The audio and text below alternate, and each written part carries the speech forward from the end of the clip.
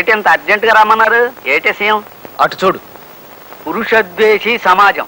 అమ్మా అమ్మా, ఆడెవడో పోలీస్ స్టేషన్ లో ఆత్మహత్య చేసుకుంటాడు, తప్పదు. ఆ బోర్డు పెట్టింది ఆడవాళ్ళు.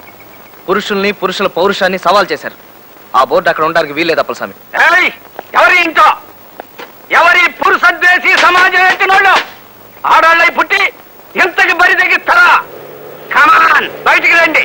ఒక్క రాత్రి దేశంలో ఎడతా, ఫినిష్. ఇక జీవితాంతం తలెత్తుకోలేరంటే రండి, బయటికి రండి. మగాళ్ళంటే పలని ఈర నారి మళ్ళీ ఎవరో రండి, మీ సంగతి తేల్చేస్తా.